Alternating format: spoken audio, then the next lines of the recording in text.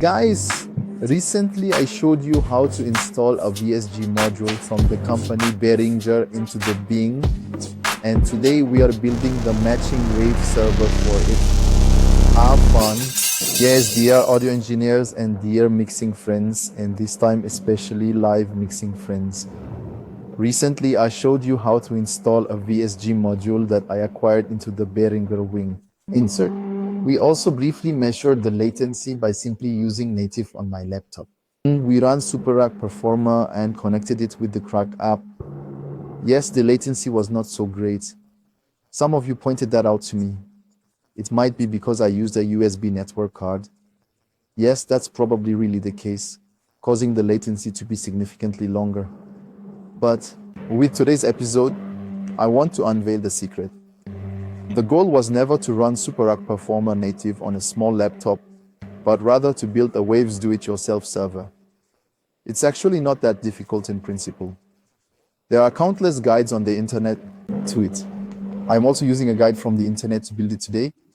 That means in today's episode of Bastis Base Hour, we configure the hardware, configure a hard drive, which we will then use there with the corresponding firmware from Waves, and then we'll test everything on my wing, into which I've installed the WSG card.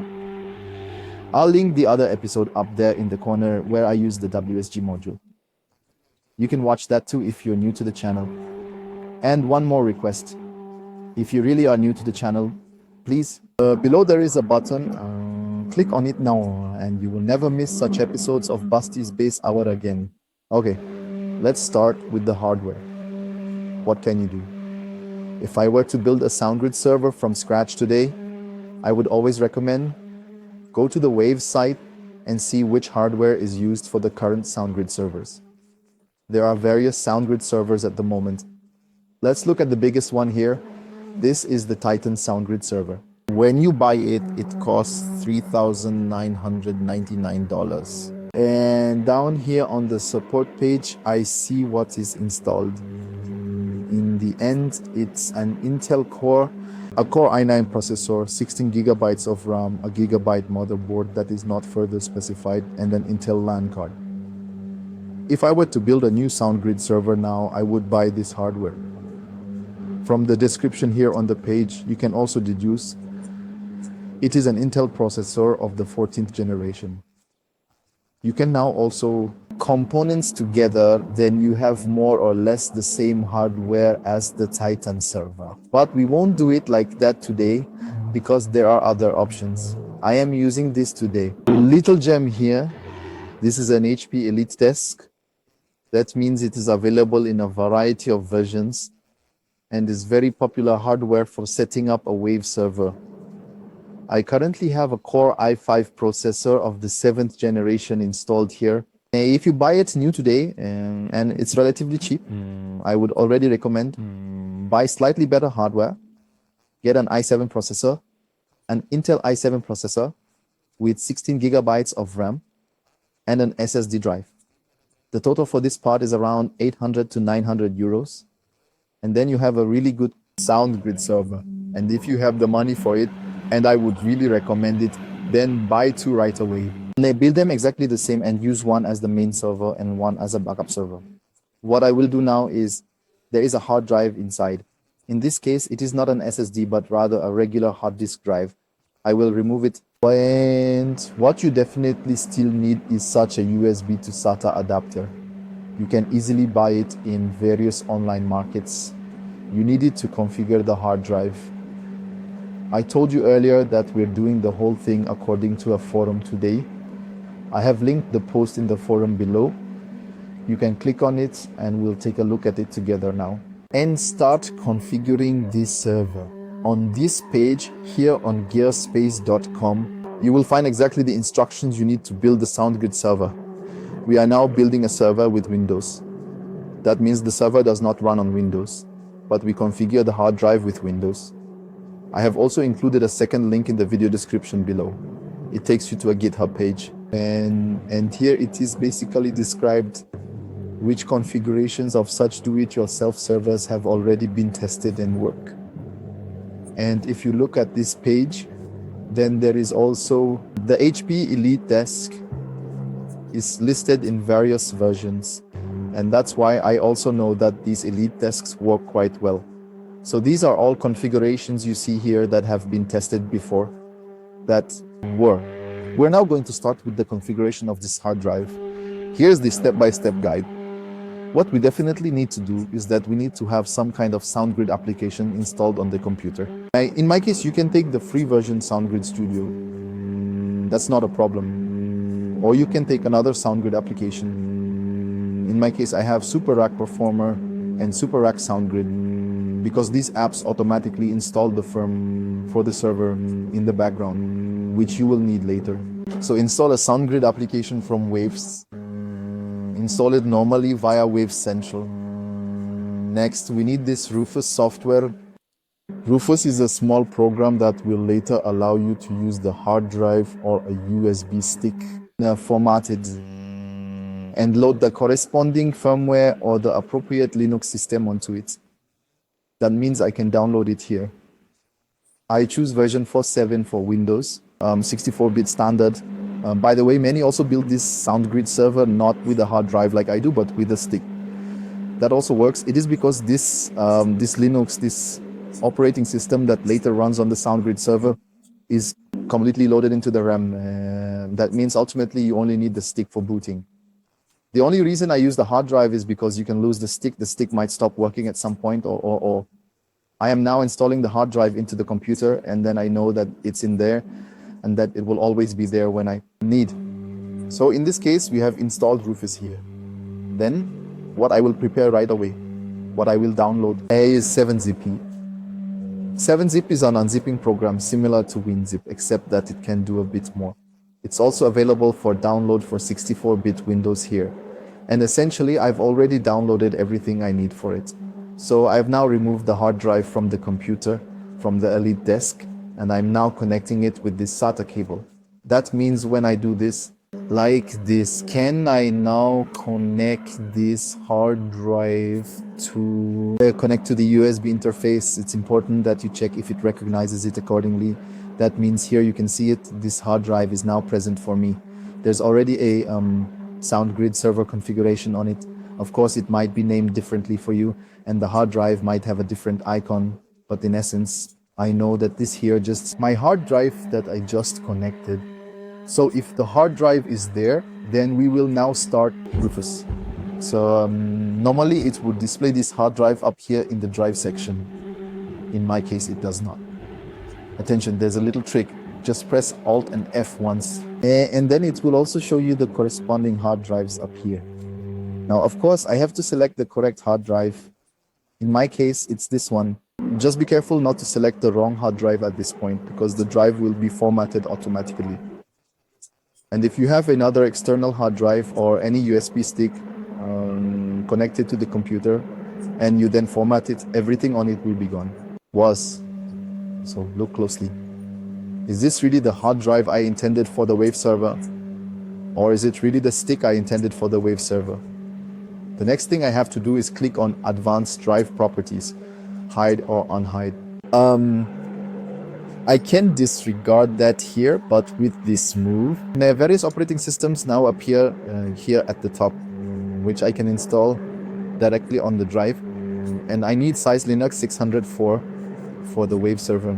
I click on that. Here on the side, I can choose either selection or download. I'll go ahead and download now. I think then it downloads it again, and with selection, it installs it. Yes, I select download. So down here, I can now enter what the part should be called later. I'll leave my name as it is because I've already entered the name here. For me, this is the Wave Server 2, file system NTFS, allocation file 4096 bytes. Yes, that's basically it. If I now say start, it asks me all sorts of questions. I confirm that. Okay. Does it take long? And then it says done. Now I can close Rufus again. If I look at my hard drive, now it should look like this. There are these 3 files on it, yes. One is an autorun, one is an in file, and then this ldlinux.c32 file. That was step 1 of 2. The second step is now we need to copy the firmware from Waves onto the hard drive, or in your case, maybe onto the stick. Here, the forum on Gearspace is helpful again, because the path to the firmware is described there. However, it is important for Windows. So it means I will copy this path here once in my Explorer, and now see Soundgrid server version 14.26. This is the current Soundgrid server firmware from the company Waves. If this path is not available for you, then it's simply because no Soundgrid application is installed. Then install Super Rack Soundgrid or Studio Rack, and the path will accordingly also be available. And for exactly that reason, I previously installed the program, this app, 7-Zip, because I can now open it and paste the exact same path in here above. And here, double click on the file. And now you see that it just opened this file for me. And these three folders, which are hidden behind the 1426.wfi file, boot EFI and version, I copy and copy them to the other three files on the Wave server stick, or in my case, onto the Wave server hard drive. It's quite simple. Just drag and drop here, and they are already on. Yes, folks, and with that, the configuration of this Wave server hard drive is complete. That's all there is to it. We're now putting the hard drive back into the Elite desk, and then we'll meet again at my large Behringer WING. And remember to properly eject the stick or hard drive beforehand in Windows. Okay, folks, it's time. Now that we've put the little body back together, meaning the hard drive is back inside, I'm going to power it up. Normally, you just have to connect the power supply and the LAN cable here. I'll still show you over here briefly with the screen how it should look when it works. So I'm starting this Wave server now. And I'll show you this now here on the small camera. That means if it's booted up correctly now, then you should see exactly this here. That's all. Okay, that means for us, the server is now running, and now we need to set up an appropriate network. We need the wing, of course, which is here. There. And the WSG module is also in there. I mentioned it at the beginning. I installed the WSG module here in the last episode. I'll link the video for you again here. Take a look at how it works. Then we need a laptop. This is the so-called client. On it runs the Super Rack Soundgrid. And in this client, we also need to insert this stick for the Waves licenses. Many people have their Waves licenses directly on their studio computer or their live PC. I have all the Waves licenses on this stick, so I can take them from the studio to live and back to the studio without having to the licenses every time. Deactivate and reactivate them, so we need that. And then we also need a suitable network switch. This Waves Soundgrid system does not work with all switches available on the market. I always use one from Netgear, a GS105, which is also available as a GS108, available managed or unmanaged, but with those, the Soundgrid system. Now we start on the small computer Super Rack Soundgrid with the license stick inserted. This means we really need the licenses here on the client, not on the server. We now get a completely new Waves Soundgrid configuration and jump here into setup. In the setup, I have to select my network card here at the top. I have again selected my USB network card like last time. In this case, it doesn't matter because this time the computing power is handed over to the server, which is directly connected to the motherboard and the switch, resulting in quite high speed. On the left under devices, I should now find the WSG module from the Behringer WING. I find it here. Now you see the wing is already connected with the client here. And here on the right under servers, I can now check if I find my self-built Soundgrid server. So I click on this once and see here, yes, it's there. Soundgrid server and i5-7500. And yes, now it is active. And yes, folks, that's basically it. Now we are ready. We are doing the test again with a microphone. That means I send a signal from this microphone to the mixer and then directly over to Super Rack. Super Rack manages the whole thing by routing the signal through the server to the plugin, back to the wing, where we receive it and send it to an output. I go to routing to outputs and to the WSG card. And say I want to on channel 1. Here on the WSG card, my local input is number 8. If I were to speak into the microphone now, you would see at the top right that the signal is being sent over to the WSG 1. Over at the Super X sound grid, I can now check whether something is coming in on input 1. That means I would be at my rack 1 as input, the mono input from wing 1. If I speak into the microphone here, then you will see a level appear in the super rack. And you see that it also sends it back to 1 immediately. In the end, this means if I now switch over to the wing, and for channel 1, as input do not want local 1, but channel 1 from the BSG, I would see that the signal is returning here from the super rack. Yes, folks, and thus it's clear that since this is the Super Rack sound grid and the server is here and connected, it's clear it works. Configuration works, and I think that's extremely cool. And now, at the end, the exciting question, what latency does the whole system have now? For this, I perform the same measurement as in the last video. I take my Zoom H2 recorder and my tablet. My tablet has a stereo output. I send the left channel of the stereo output here into the wing through the Waves Super Rack sound grid. Back to the wing and route the signal again to an output from the wing. And I record this output here on the H2 on the left channel. I send the right channel from my tablet directly here into the Zoom. Then I play a sound on my tablet. It is important that it is a mono sound. That means the left and right signals must be absolutely identical. And then the signal goes through 2 different paths here through the Zoom. The left signal goes through the entire chain via the console, meaning through the AD converter, through the Super Rack sound grid, essentially over the sound grid server, back into the console, through the DA converter back here into the Zoom. And the right signal runs directly into the Zoom, and thus I can see exactly the difference, the time delay of the 2 signals. And that is my latency. A quick note, I am measuring the signal now without plugins in the Super Rack. I am not loading any plugin into the rack because I want to know the pure latency of the entire system. The plugins simply add up. So if I have 64 or 128 samples of plugin latency, they naturally add on top. Onto that. And the second piece of info, I set 48 kilohertz as the sample rate, and off we go. Once again, I have here the 2 signals that I just recorded, the left and the right channel, and pulled them into Cubase. I'll color code them for you so you can see. So this one on top, the upper channel, that's the WSG channel. We'll make it green. Here below, this is the direct channel. That means it didn't go through the mixer. And we'll make that red. So when I zoom in, I eventually see that there's a difference here. You can see it quite well now. There's a timing difference in the signal. And now I'm trying here once to locate.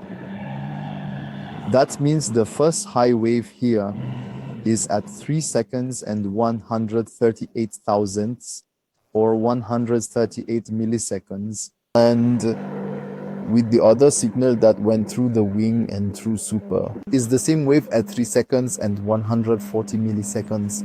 This results in a transit time difference of a staggering 2 milliseconds. This means this sound grid server is running. This means when I add this up at 48 kilohertz, we have approximately 1 millisecond of latency that the console itself has. So the Behringer WING itself has approximately 1 millisecond of round-trip latency. And now an additional 0.9 milliseconds from the Wave server according to the datasheet, and thus the server works. And I can confirm I've already tested it live. It works with 64 by 64 channels. I can send out 64 channels from the console, receive 64 channels back in the console, and they always have the same round-trip latency. So it works spot on. Yeah, folks, amazing, right? That's how easily you build a complete Wave server. You saw it, it's really no stress. In the end, it's 2 steps. Prepare the system and install the appropriate Syslinux, and then load the Soundgrid firmware, which I unzip with 7-zip. And you already have a fully functional Wave server. And you can now do the same with any number of servers, making them redundant. The better the processor, the better the performance of your Wave server, of course. I hope you enjoyed the video again and it helps you a bit further. Hopefully you now understand why I installed the BSG module in my Wing. Because from my perspective, there is no cooler option. I say thank you very much for tuning in and take care. Until next time, until the next Bastis Base Hour, your Basti. Bye. Have fun with your Wave server.